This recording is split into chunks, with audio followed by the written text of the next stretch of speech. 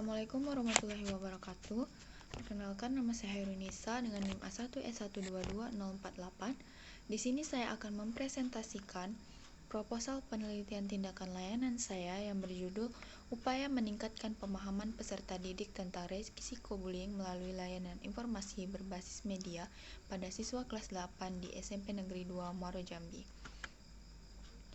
Adapun latar belakang dalam penelitian ini yaitu salah satu metode yang efektif untuk meningkatkan pemahaman peserta didik adalah melalui layanan informasi. Layanan informasi dalam konteks bimbingan dan konseling adalah suatu proses penyampaian informasi yang relevan dan bermanfaat kepada individu atau kelompok untuk mendukung pengambilan keputusan, penyelesaian masalah dalam aspek akademik, karir, dan pribadi. Melalui pendekatan ini, diharapkan peserta didik tidak hanya memahami resiko bullying, tetapi juga mampu berperan aktif dalam menciptakan lingkungan belajar yang aman dan nyaman. Penelitian ini bertujuan untuk mengeksplorasi efektivitas layanan informasi dalam meningkatkan pemahaman peserta didik tentang resiko bullying, serta untuk memberikan rekomendasi bagi pihak sekolah dalam mengimplementasikan program-program pencegahan bullying. Adapun yang menjadi rumusan masalah dalam penelitian ini, yang pertama itu bagaimana prosedur pelaksanaan layanan informasi dalam meningkatkan pemahaman peserta didik tentang resiko bullying. Yang kedua, berapakah persentase pemahaman dalam melaksanakan layanan informasi dalam meningkatkan pemahaman peserta didik tentang resiko bullying. Yang ketiga, bagaimanakah tindakan yang efektif yang akan diambil dalam pelaksanaan layanan informasi dalam meningkatkan pemahaman peserta didik tentang resiko bullying. Adapun yang menjadi tujuan penelitian ini yaitu mendeskripsikan bagaimana prosedur pelaksanaan layanan informasi dalam meningkatkan pemahaman peserta didik tentang resiko bullying. Yang kedua, memaparkan seberapa besar persentase pemahaman setelah dilaksanakan layanan informasi dalam meningkatkan pemahaman peserta didik tentang resiko bullying. Yang ketiga, mendeskripsikan seperti apa tindakan yang efektif dalam memperbaiki pelaksanaan layanan informasi untuk meningkatkan pemahaman peserta didik tentang resiko bullying.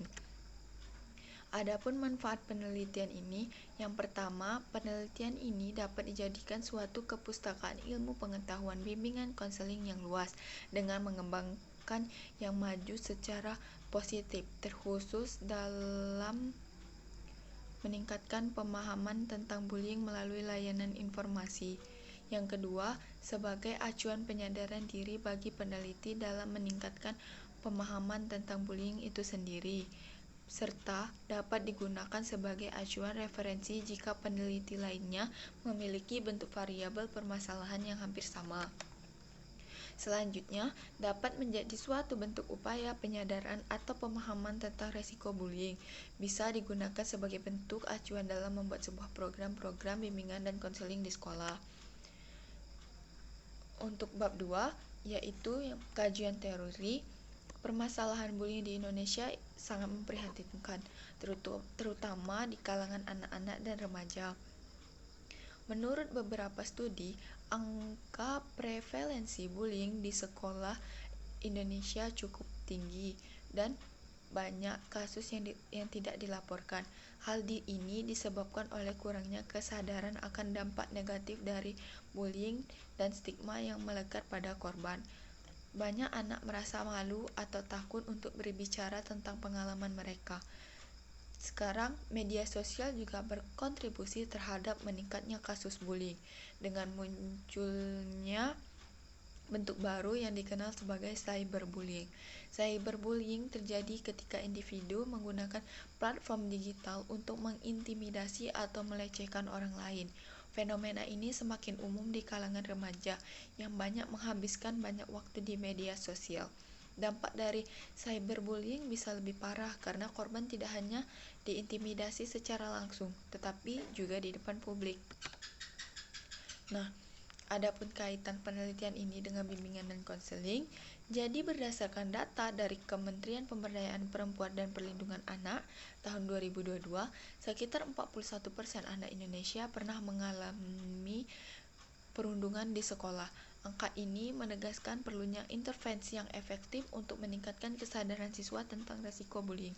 Dalam bimbing dan konseling, layanan informasi ini berfungsi untuk memberikan wawasan kepada siswa untuk memahami masalah tertentu secara mendalam, termasuk konsekuensi psikologis, sosial, dan akademik dari bullying.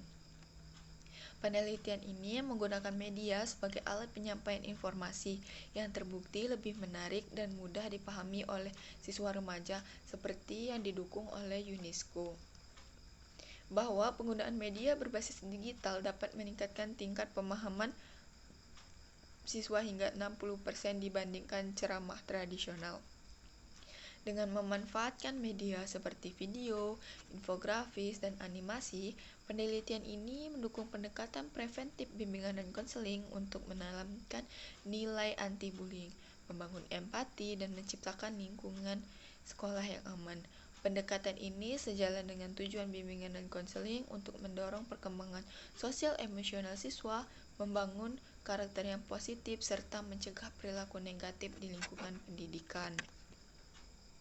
Nah, kerangka konseptual dari penelitian ini yaitu yang pertama untuk menanamkan resiko bullying di sekolah melalui layanan informasi yang di dalamnya akan dibuahi oleh media. Dari layanan informasi berbasis media ini diharapkan siswa memahami tentang resiko bullying. Nah, untuk adapun hipotesis dalam penelitian ini, jadi seandainya di dalam layanan informasi ini diaplikasikan media, maka akan adanya peningkatan pemahaman mengenai resiko bullying itu sendiri pada seorang individu yang telah mengikuti proses layanan secara baik dan patuh. Untuk bab 3-nya, metode penelitian ini untuk waktu dan tempat penelitian. Tempat penelitian ini di SMP Negeri 2 Muaro Jambi pada semester genap tahun ajaran 2024-2025. Untuk subjek yang menjadi subjek penelitian ini yaitu siswa kelas 8A yang sebelumnya telah dilaksanakan layanan informasi, serta ada juga siswa-siswa lain yang menunjukkan siswa ini menjadi korban dan juga pelaku. Ini didapat dari penyebaran angket sederhana dan juga observasi yang saya lakukan selama saya menjadi mahasiswa kampus mengajar di sekolah tersebut.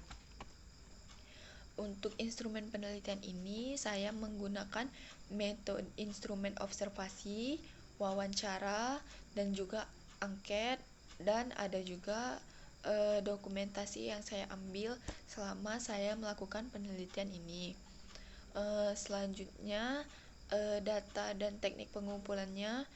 Untuk datanya itu ada 2 macam data. Yang pertama ada data kuantitatif dan juga ada data kualitatif.